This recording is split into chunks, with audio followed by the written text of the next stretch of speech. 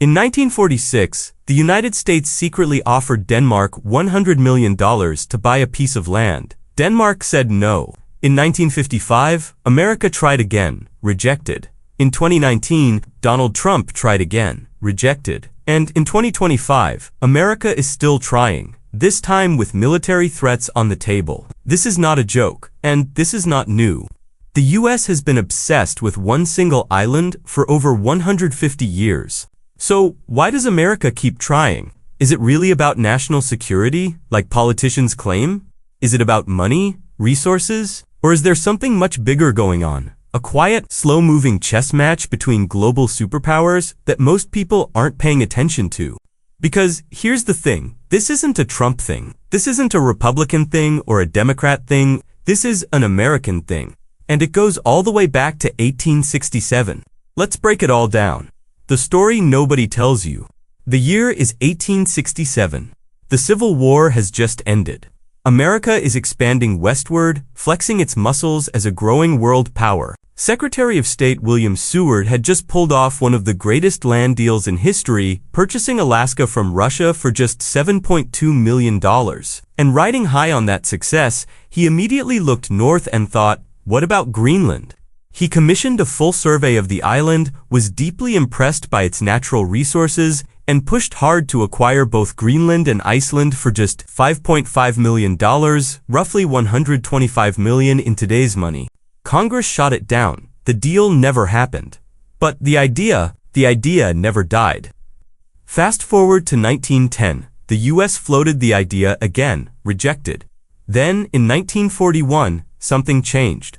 Nazi Germany had invaded Denmark. The US wasn't officially in World War II yet, but American military leaders understood one thing very clearly. Whoever controlled Greenland controlled the North Atlantic. So the US signed a defense agreement with the Danish ambassador, giving America the right to build and operate military bases on the island. Greenland became a critical hub for Allied operations, weather stations, radio signals, air routes, and even vital mineral deposits called cryolite, which were used to manufacture military aircraft. By the time Germany surrendered in 1945, American forces had no intention of leaving.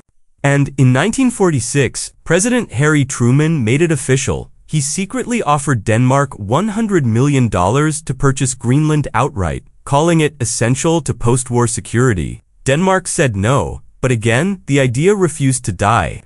The Cold War changes everything. After World War II, a new threat emerged, the Soviet Union, and suddenly Greenland's position on the map looked even more critical. Here's something that might blow your mind. The shortest flight path from Russia to the continental United States goes directly over Greenland and the North Pole. Think about that. If the Soviet Union were ever to launch a nuclear missile at Washington, D.C. or New York City, the fastest route would fly straight over this massive Arctic island, which means that if America could detect, intercept, or monitor anything coming from that direction, Greenland was the perfect place to do it. In 1951, the US and Denmark signed a new defense agreement, and America established what would eventually become Pichafik Space Base, formerly known as Thule Air Base, in northwestern Greenland. It became a cornerstone of America's early warning missile defense system. At its Cold War peak, the US had nearly 6,000 troops stationed across multiple bases on the island. Still, the Joint Chiefs of Staff formally proposed acquiring Greenland again in 1955. Still no. And for a while, after the Cold War ended, Greenland faded from the headlines. The Soviet Union collapsed. The Arctic seemed less urgent, people moved on. Until the world started warming up, literally, the real game, resources, routes, and rivals. Here's where the story gets genuinely fascinating, because the reason America wants Greenland in 2025 is fundamentally different from why it wanted it in 1946, and yet, in another way, it's exactly the same. Let's start with the resources. Greenland is sitting on a staggering amount of untapped wealth. We're talking about oil, natural gas, gold, and perhaps most critically, rare earth minerals. Of the 34 critical minerals that modern economies depend on, 31 are found in Greenland in significant quantities. The European Union has actually confirmed that 25 of its most strategically important raw materials are present on the island. Now, why does that matter so much right now?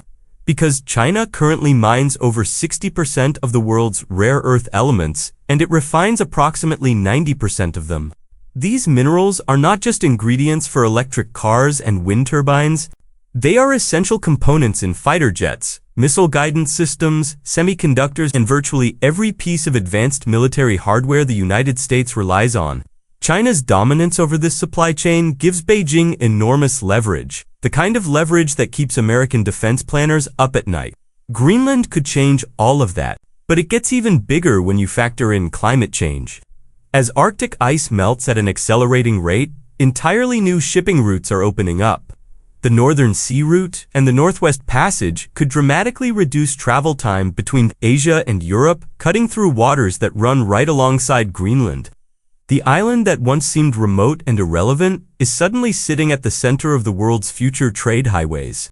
And Russia and China know it. Both nations have been rapidly expanding their Arctic military capabilities, building icebreakers, establishing bases, and investing heavily in Arctic infrastructure. As one naval expert put it, whoever holds Greenland will hold the Arctic. It's the most important strategic location in the Arctic, and perhaps the world.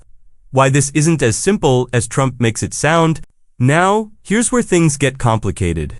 Because while the strategic logic behind wanting Greenland is genuinely sound, the approach America has taken, especially recently, has caused serious damage.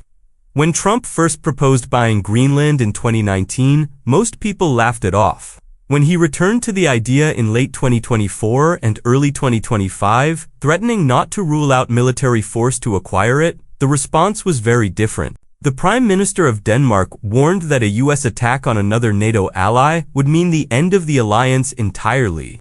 Greenland's own Prime Minister was direct and furious, writing publicly that the pressure, hints, and fantasies about annexation needed to stop immediately.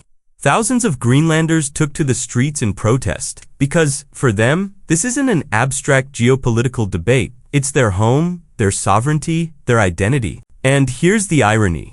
Multiple experts have pointed out that the US doesn't actually need to own Greenland to get what it says it wants. A former US ambassador to NATO put it plainly, both Denmark and Greenland's regional government have consistently said they welcomed American military presence and investment. The US already has Pitchafix Space Base. There is a decades-old defense agreement in place. Access to minerals could be negotiated diplomatically. The question of why America needs full sovereignty, rather than just access and partnership, doesn't have a clean answer. And that ambiguity is exactly what's driving tension across the entire NATO alliance. What it all comes down to, strip away the political noise, strip away Trump's rhetoric and Denmark's outrage and the protest signs in Nuuk. What you're left with is this. Greenland is one of the most strategically valuable pieces of territory on the planet. It controls access to the North Atlantic. It sits directly on the missile warning corridor between Russia and America. It holds the minerals that will define the next century of global technology. And as the Arctic opens up, it will sit at the intersection of the world's most important new shipping lanes. America has understood this for over 150 years, and as Russia expands its Arctic military footprint, and as China quietly positions itself to dominate the resources and routes of the future, that understanding has only grown more urgent. The real story of why America keeps trying to buy Greenland isn't really about real estate. It's about power. It's about the future. It's about which countries will control the world's most critical corridors in the decades to come. And right now, that enormous frozen island population, 56,000, is sitting right in the middle of it all.